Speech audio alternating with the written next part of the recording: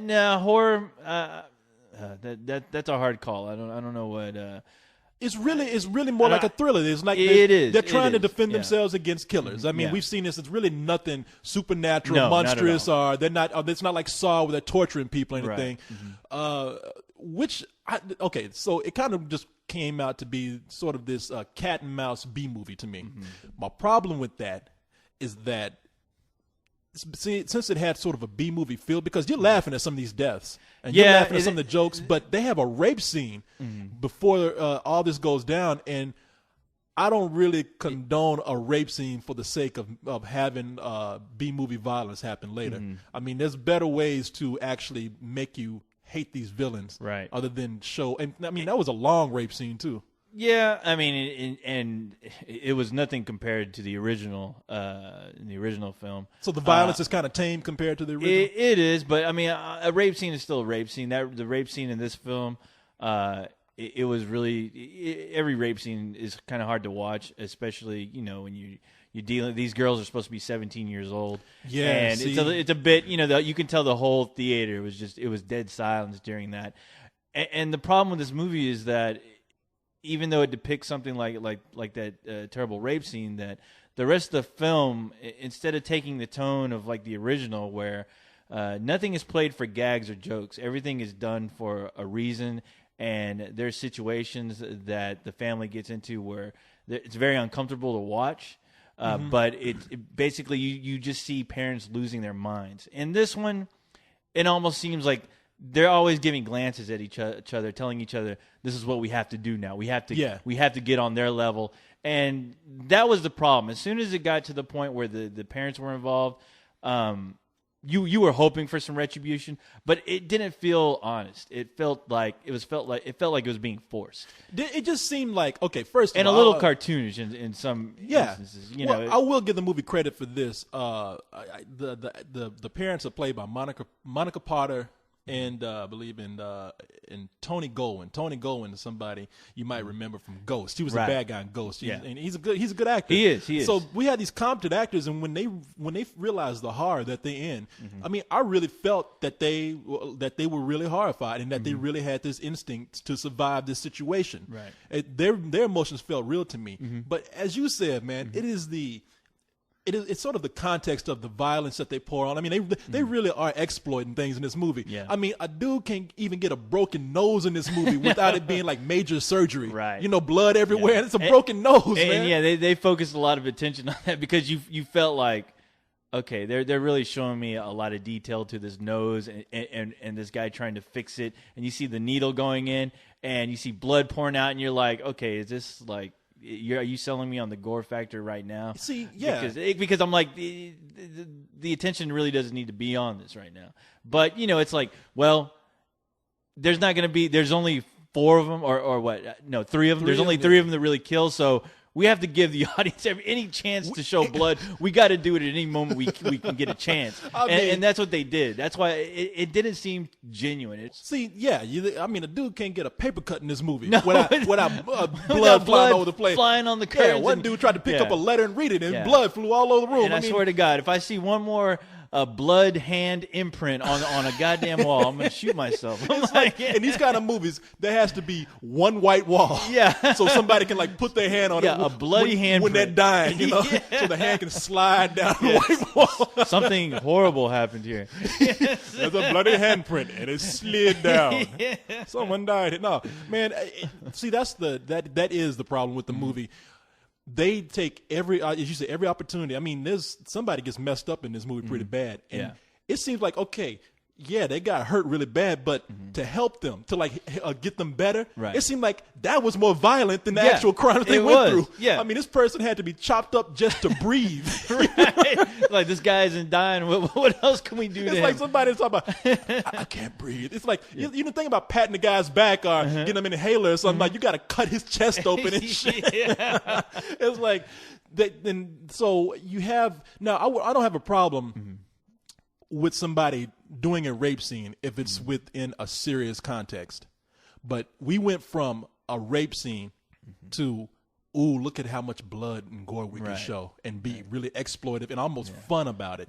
And the problem with that is that it waters down that scene, and you already get a feeling like, okay, here's the point in the film where now it's just how much gore can we show, and how violent can we get, and you lose.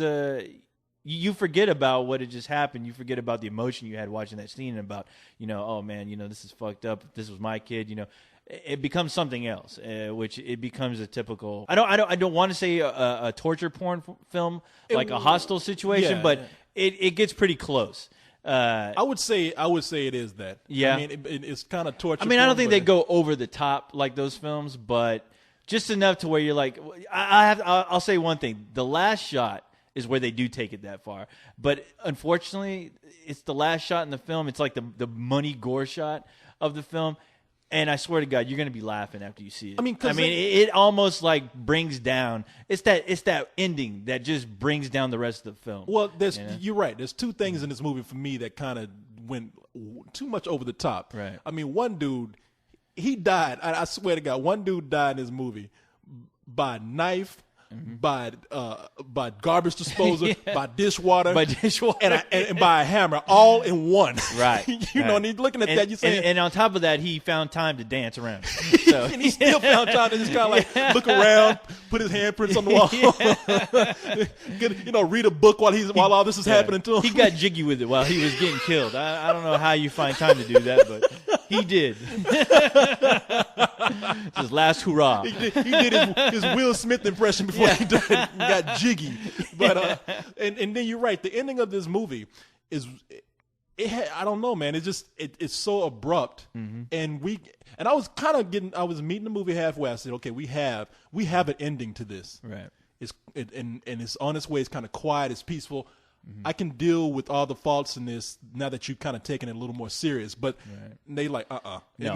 oh wait a minute. We got one more way to kill somebody that we thought of. Hold on. Yeah. And it was really far fetched. It was, and the thing is, it almost felt like it was tacked on. It felt like the studio. I guarantee you, some idiot was like, hey, is this all we're getting? We need to have something really big happen. We need some bodies flying around, something gory. We need some kind of gory explosion, and that's pretty much what it was. It was like the equivalent of an action movie with a very big explosion at the end. That's like the money shot. They give you that, and but when you see it, you laugh, and the movie's over, and you're like, okay, well.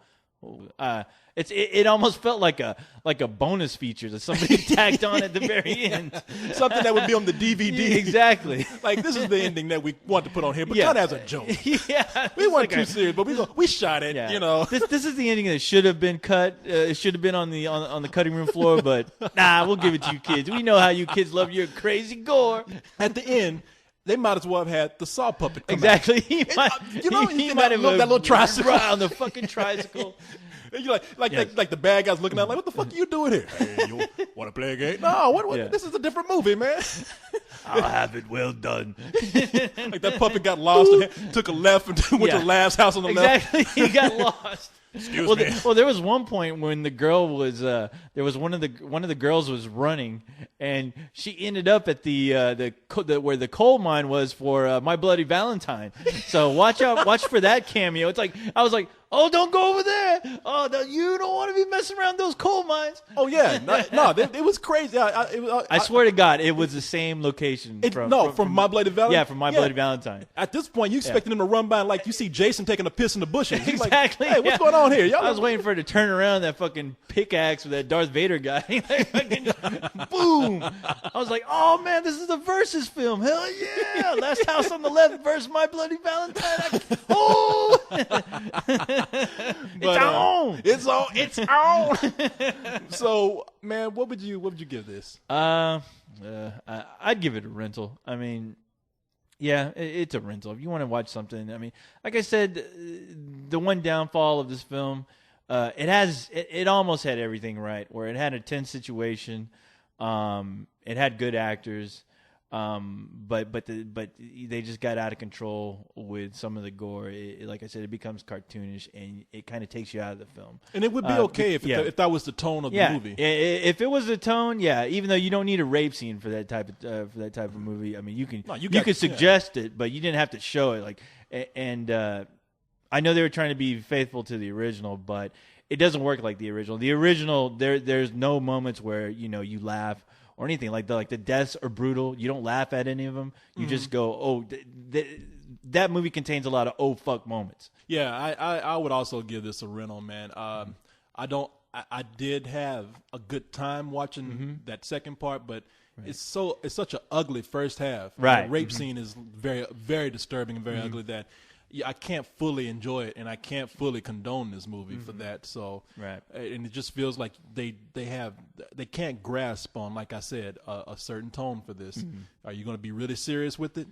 Are you going to be funny with it and are exploitive? So I also give it a rental. Yep.